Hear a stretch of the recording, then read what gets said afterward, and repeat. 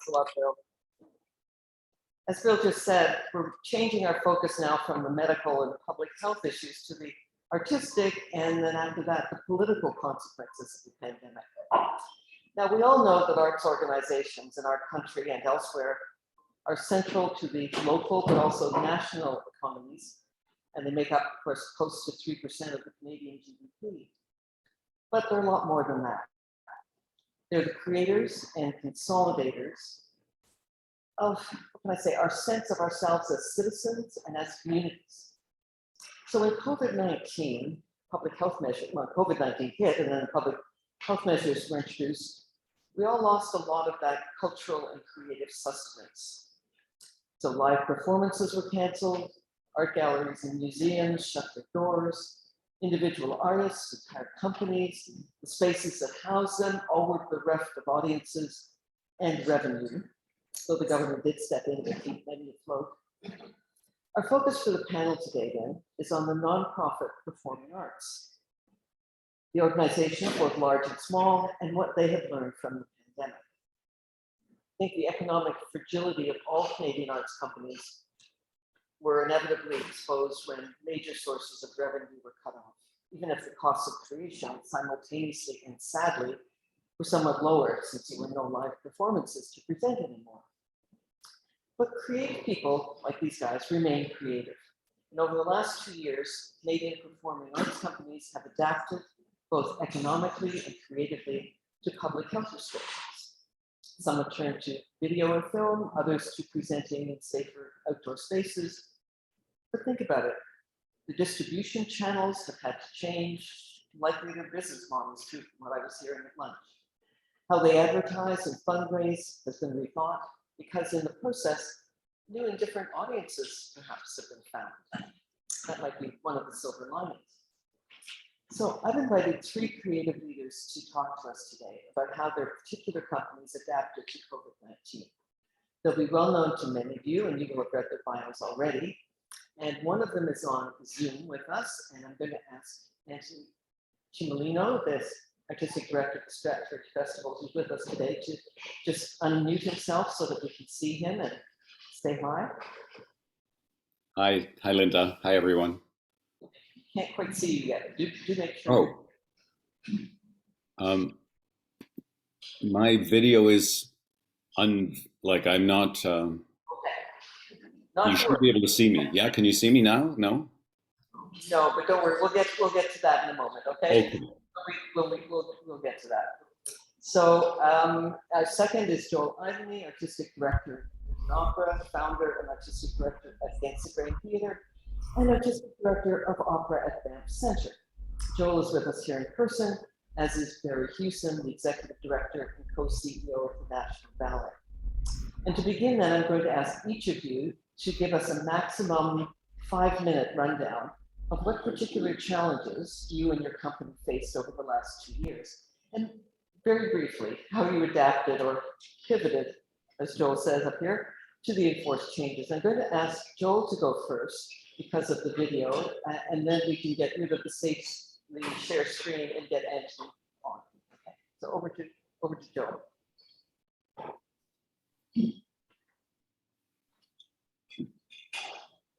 Good afternoon, everyone.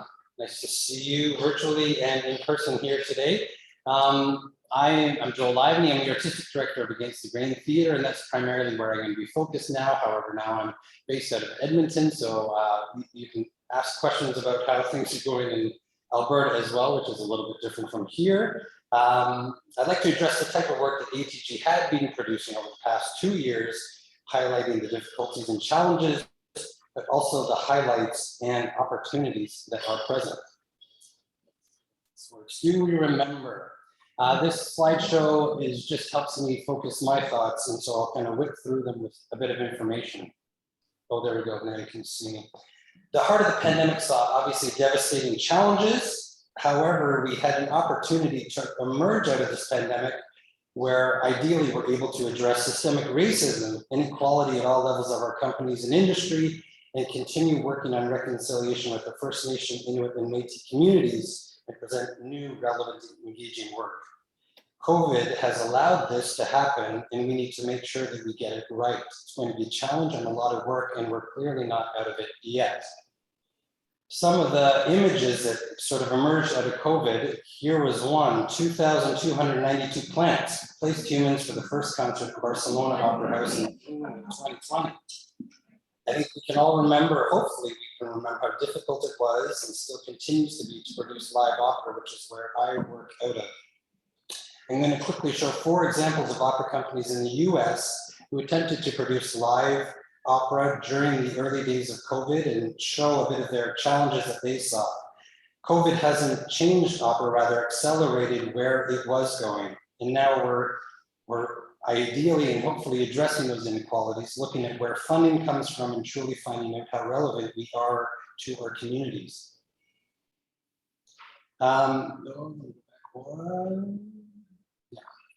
San Francisco Opera was one of them. Traditionally, opera companies, the bigger ones, would present things as is, whereas they did a Barbara Seville, performed outside, 90 minutes long in English, smaller orchestra with a drive-in audience. At Atlanta Opera, they condensed the bridge Carmen and 3 penny opera inside a huge outdoor tent, smaller orchestra, live audience. Outdoors was a big thing, but obviously you can see sort of singers either masked or in these bubble phone booths, so to speak. Opera Columbus did a Don Giovanni that was shorter, 90 minutes, with a live audience with the orchestra behind the singers, and you can see 1, 2, 3, 4, 5, 6, 7 of those plastic phone booths as well. Whether one likes the above programming and how that was presented, we needed creative solutions in these very difficult scenarios, creative around execution, presentation, and artist approach. Another company that sort of did a hybrid model of that is Opera Philadelphia. They immersed themselves in film cinematic operas. They presented their archive screens, and then they commissioned new works, new digital commissions, and started an Opera Philadelphia channel. They presented a Tosca that again was 90 minutes and featured narrations with only 3 principal singers. So what did Against the Grain Theatre do? We're a very small, nimble company compared to the National Ballet and Stratford Festival, for example. And so how did we approach things? I don't believe the issue is live or digital. I believe it's live and digital. We're using and relying on technology to help us through this pandemic in its various forms, as we were before. We're constantly using technology to produce better, to be more efficient, and to reach new people in new ways. We couldn't be acoustic in the pandemic. We used microphones, we used speakers, we used FM radio transmitters. Technology is certainly being a use in our performing arts for years to come. When the pandemic hit, Against the Grain was weeks away from presenting our first commissioned opera, Bound. This is our first and only cancellation, as the way we work and the type of work that we did changed almost immediately. We could, because we were a small company, we could pivot, which was a word that was used probably over excessively over the last 2 years as well. We didn't know when or how we could produce live work, so we changed the type of work that we did produce. We were isolated, our sense of community was and continues to be challenged, and so we looked to doing what we could. We let go of our physical office and opted to continue to operate remotely, and we'll see how that moves going forward. We presented, we took time to look at our YouTube channel and address our social media presence. We decided to focus on what impact we could have as a strength. We started a new branch, so to speak, for our opera company called Against the Grain Theatre TV. We knew that it was a little more difficult to cancel digital events, primarily because they were based out of people's homes. Through digital concerts and online interviews with industry figures, we were able to brutally see how many people were actually watching our content and how quickly they turned off our content, which is not necessarily the reality in live theater unless you see that person literally fall asleep. But what that did give us was concrete demographic data on age, attention, peak viewing, to then adapt, learn, and put out better content with more targeted ads. We were working with one great online ad employee who told us, your online content doesn't match the quotes and vibes of what your company seems to be known for. And that was a huge wake-up call. We didn't just want to survive, but we wanted to thrive and do our best. We took that information and began envisioning cinematic opera experiences. The big difference for us is that we didn't want to put a camera in front of a stage production, but to look and program work specifically for the camera. And the National Ballet was a huge inspiration for us from the content that they were putting out as well. Out of that came our big success, which was Messiah Complex. The combination of timing and the sensitivity around Black Lives Matter in the first holiday season with that loss of people not being able to go see Messiah, not just in our country, but around the world, made this project soar. We created a community and people gave. We made this film free and accessible for all to see. Messiah Complex, through donations and fundraising efforts, this experience raised almost $500,000 and was done without a planned, robust rollout outside of Toronto and Canada. I didn't realize we needed to think bigger and bolder, but that's kind of what happened. We had donations roll in from over 44 countries, as well as coverage in the New York Times, BBC Radio in the United Kingdom, Radio France, and reviews in Germany and Australia. It was wild. The recording has since also been nominated for a Juno's Award. Some of the greatest projects also emerged out of this. We were able to then produce other projects, which again created community. We were able to produce work with the Toronto Symphony Orchestra. We were able to license some of our digital works with the Stratford Festival. We were able to produce Mozart's Requiem with the Canadian Opera Company and be able to work with Crow's Theatre. Transparently, our subsequent films haven't come anywhere close to the money or views that Messiah Complex has raised. However, these films performed greater than we ever could have imagined. That set up a unique challenge for us, as we now have a larger digital community than we did before. And now as we work to get back to live performances, we want to maintain our connection with the communities that we've connected with digitally, but also balance both. In my last slide, our future offerings will continue to program digital works as well as live performance. In many ways, will be a little bit longer to come back because we pivoted so quickly and did so well that it will take a bit to get us back on track, but that's a bit of what Against the Grand Theatre has been up to recently. Thank you very much.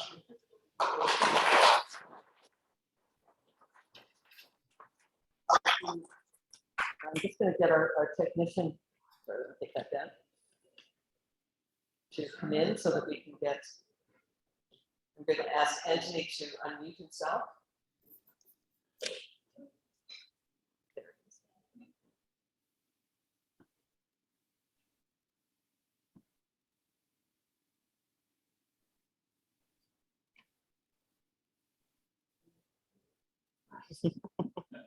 Hello? Good to see you. Thank you so much, Antoni. Can we ask you to fill us in on how Stratford has been coping? How you've been coping? Thanks, Linda. And hello, everybody. I'm sorry I can't be there with you in person. We are in tech rehearsals right now for Richard III, one of 6 productions that's underway at the moment. And I just couldn't be able to get away, but I've really enjoyed Joel's presentation, and I look forward to hearing from Barry, and it's nice to speak to you all. 2020 was to be a very exciting, big year for the Stratford Festival. We were opening up a new theater. We had a $100 million campaign to create a new Tom Patterson theater, elongated thrust, and gorgeous public spaces. And we were on time and ready to begin to open that. And we were also about to open 15 different productions in the spring of 2020. In a way, the pandemic was kind of a perfect storm for a company like Stratford. We have 5 different buildings, 1,000 people who work at the festival. We're critical to the economy of certainly to the community as well as the area. And we were basically building those 15 productions. We were in rehearsals, had built sets, costumes, and then in March we were shut down. And so the exposure to financial stress was extreme. We have audiences that come from around the world, but most of them come within a catchment area about, let's say, 8 or 9 hours drive. So from Montreal through to Chicago, down to New York City, but we will have people who come from every country in Europe and from each of the 50 states. And only about 5% of our total funding comes from arts councils, 5%. So there were companies in this situation, as Linda's mentioned, where the cost of production went down, and who financially were not all that impacted. As a matter of fact, it's kind of an extraordinary thing as we're coming out of the other end of this, that there hasn't been more devastation in the arts community. There certainly was for the artists. This was a time when there just wasn't work and we were disconnected. And I think that's the major issue of the last couple of years, was that sense of disconnection. Certainly the arts are important to how we live our life. Theater is important to a democracy, especially because we come together as community and decide our values communally. It's not the same to watch Netflix at home. And as Joel said, it's not a question of either digital or live. It's just that live theater, since the time of the Greeks, has been doing something quite important about building a civil society. In the last 2 years, we've watched a certain amount of erosion of that civility. And I wonder if the two things aren't perhaps connected. So for our audiences, we normally have over 500,000 people a year that come to visit the festival. That was an interruption. That was profound. And since many of those audiences had to go across a border, it was not easily undone. For our artists, there were a lot of opportunities missed and chances that they didn't have to, to take part in work. Over the 2 years from 20 and 21, when we normally would have produced something like 27 different productions, we did 6 in that place. And so that period of interruption is something that over time we will be able to address, but I think it's disingenuous to pretend it didn't happen. This was a big interruption for our artists. Very quickly, as Joel said, we realized we need to get online and get into the digital area. Now, we had been producing films for many years, and in 2013, I announced an effort to film all of Shakespeare's plays done by this Canadian company. And so we were filming several productions a year. I have to say that for a while, people were saying, is this worth it? I mean, these productions cost $800,000 each to film. Is this something that we want to keep doing, or should we be, focusing more on live attendance? However, in terms of reaching schools, in terms of reaching further afield, film conquers both time because it endures, and it also conquers geography. It could get our message out. In those early weeks when we were shut down, we realized we needed to get our work out as a public service. And so for free, we broadcast 12 different films of Shakespeare in over a 12-week period. We created a kind of festival. And during that short window, we had over 1.2 million views from around the world. And what was surprising to me was that only about 55% of that audience was from English-speaking countries. Our biggest market outside of those English-speaking countries was India, and after that, Germany. But really, there was an audience around the world that was suddenly, I think, for many of these people, discovering the Stratford Festival.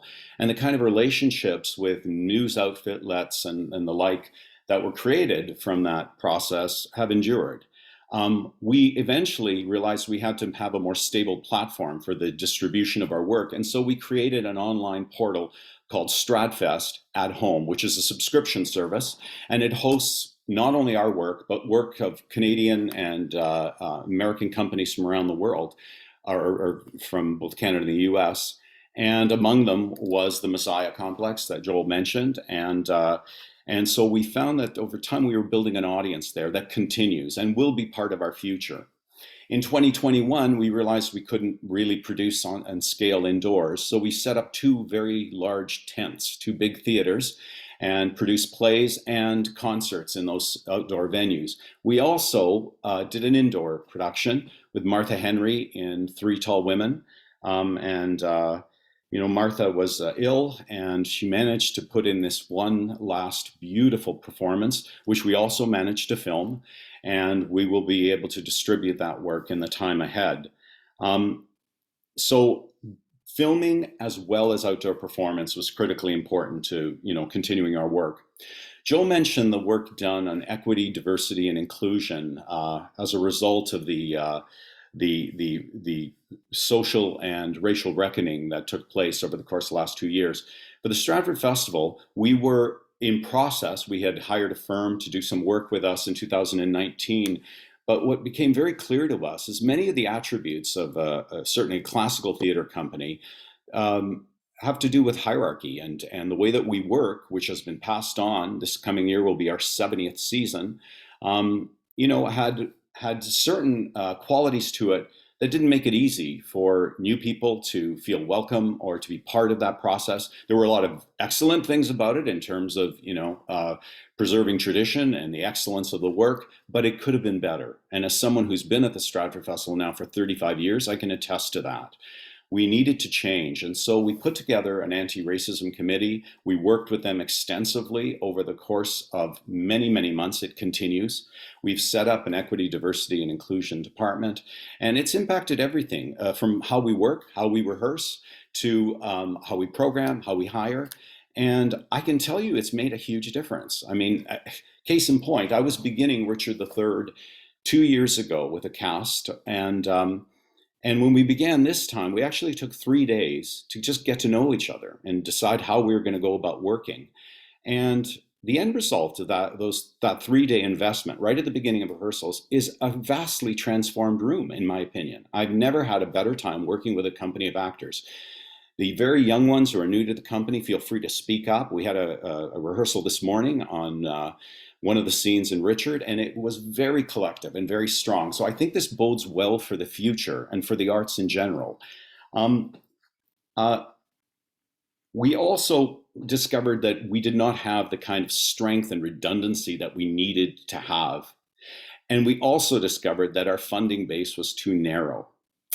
And this is not to disparage the work within the arts. There's a lot of fantastic, intelligent people who've worked very, very, very hard over many years to survive in a system, a funding system, and that is, difficult.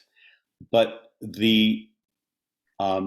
just like supply chains, just like issues societally with, seniors and seniors' homes became evidenced during the course of the last couple of years, so too has the funding model for the arts. The kind of stress that we put on each other as we do our work, and we realize that we have to do something different going forward. We have actually reduced the length of work week now. We are trying to find more ways to have a balance of life and work for our artists and our artisans.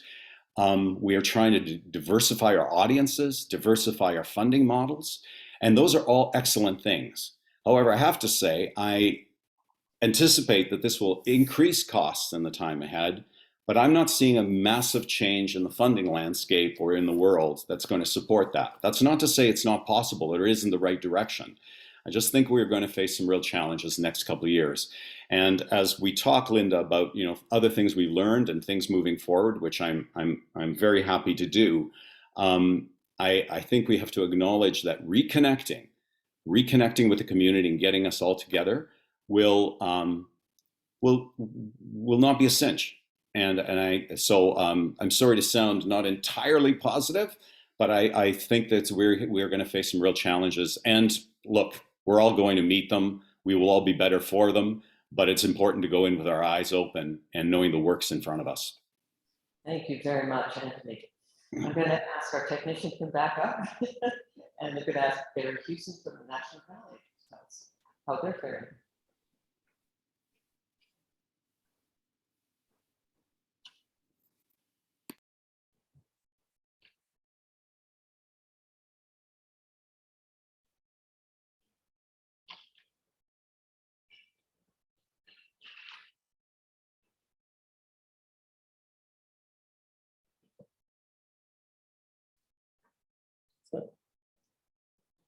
Hello. It is so nice to see you all. So nice to see anyone. I just want to thank you again for inviting me to join you today. What he said and what he said. Thank you very much. I'm not going to repeat things that have already been said. What I will say, though, is one of the takeaways for me over the last 2 years is how proud I am to be part of an ecosystem of arts and culture in Canada and among extraordinary leaders in our field in this country. To see how these organizations and how these artists found their way through the last 2 years is something to behold and something that we all as Canadians should be proud of. So we were in the middle of our very big celebration in 2020. Karen Kane was celebrating her 50th anniversary as a member of the National Ballet of Canada. It was her 15th anniversary as artistic director, and she had planned to retire at the end of that season. And so as you can imagine, celebrating a cultural icon is no small feat. And we had many activities planned around her 50th anniversary that year, including the world premiere of a new production of Swan Lake, the first production that she herself would direct from the ground up, and also a tour to the Royal Opera House in London for the first time in 45 years with Rudolph Nureyev Sleeping Beauty. And so it was a really big year. It started off really well. We had a fantastic fall season. We got to our March season, had an extraordinary world premiere of Crystal Pike's Angel's Atlas, followed by performances of Alexei Ratmansky's Romeo and Juliet. And then around the beginning of that run of Romeo and Juliet, it became clear that this COVID experience was going to be a pandemic, and we were going to have to shut the theater down. And so on Friday, March 13th, I believe it was Friday, March 13th, Friday the 13th, I had to walk into a studio full of beautiful young artists and tell them that they needed to go home, and that I wasn't sure when we were going to be able to bring them back. This triggered, an extraordinary number of decision points over the next couple of months, but I would say that our board and our organization really focused first on protecting people. I think one of the unique aspects of a ballet company is that we have 70 artists who require daily physical training and access to physical therapy and gym equipment and so forth to keep themselves in peak condition. You all have a world-class ballet company in the city, and it takes a lot of work to keep those dancers at that level. And so we had to find a way to send them home, but somehow keep them both physically and mentally healthy. And of course, we needed to find a way to keep them paid as well. And so we really leaned into that. That was first priority. How do we take care of people so that whenever this ends, the National Ballet is whole coming out of it? And so we looked at that both from a financial perspective, but then also in terms of health and wellness. We sent sections of dance floor to each dancer's home so that they could set up a small studio in whatever space they had. And then we began doing virtual daily classes with them every day. One of the first bits of advocacy that I set out on with the Ontario government was to try to get our dancers classified as professional athletes. As most of you know, during the lockdowns, Olympic athletes and professional sports athletes were able to continue training during lockdowns under certain kinds of restrictions. We did not qualify for those exemptions. We were not allowed in our building for 15 of 22 months. Our dancers were training in their kitchens and in their living rooms. It was an extraordinary challenge. And for those of you who have seen the National Ballet in the last couple of months, I hope that you're really proud they came through beautifully. But it was no small feat to try to keep these elite athletes in condition during all of those months locked out of the building. And so we continue to advocate with the province of Ontario, who now says they understand, but they haven't acted yet. And so we are going to keep pushing on that because God forbid we face something like this in the future. We cannot do this again like this.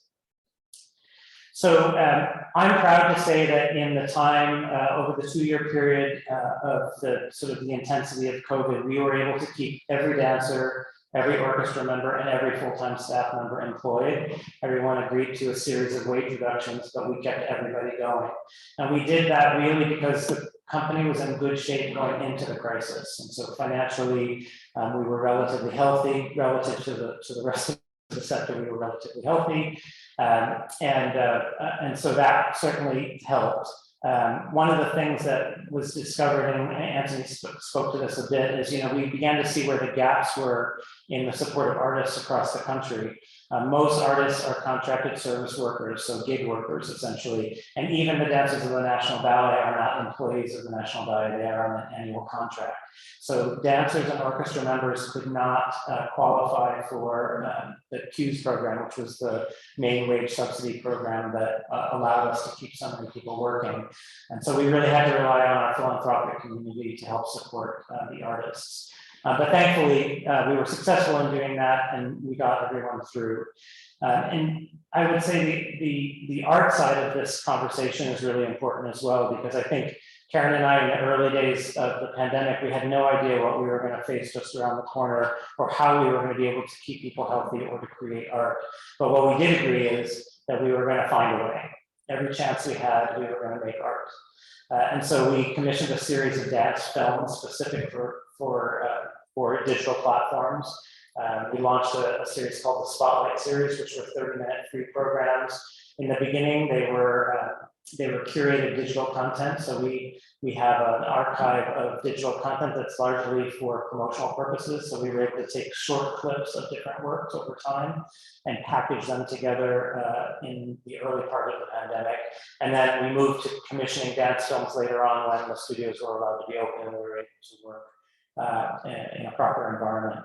We did attempt at one point to do some live performance. We partnered with the Banff Centre and did a very short run of a ballet called The Dreamers That Ever Leave You that we had co-commissioned with the Art Gallery of Ontario a few years ago, which is a beautiful site-specific work with a very small audience. The audience sort of sits around the edge of the room, and the dancers are sort of on 3 stages in the center. But of course, we got that show up, and then about 3 performances, and the province locked things down again. And so we sent people home again. But again, I guess the important lessons learned from the pandemic are that we are resilient and we are adaptable. I think big institutions sometimes lose that adaptive muscle, that ability to sort of respond to what's right in front of you. And now we're really good at it. And now the key here is to make sure that those muscles we've developed to be adaptive and resilient, that we take that forward in our practice as we begin to return to whatever the new normal is going to be. I would also say that one of the great gifts of the pandemic, and there were some gifts that came as a result of the pandemic, and one was the space to center some very important work. Antoni, you both referenced this, the work around equity, diversity, and inclusion. Following the murder of George Floyd, there was an explosion in the arts world, really highlighting and shining a light on the inequities in historically white arts organizations and art forms. And it forced us all to begin having some conversations that when we were in our regular season and traveling around the world and building new productions and running, we never created the space to have those conversations. So during COVID, we had lots of space and we had really important conversations, and we engaged the entire stakeholder community, the dancers, the orchestra, the staff, our donors, our subscribers. We all had conversations about how we wanted to build a more equitable future for this art form and to make sure that this art form remains relevant in the years ahead. And I'm really proud of that work. And that work now, the real work is to make sure that as we get back to a more normal schedule, that we continue to create space for those conversations and that work. And I think that gets me way past 5 minutes. So if you didn't stick with me, it's very sweet. It's really a pleasure.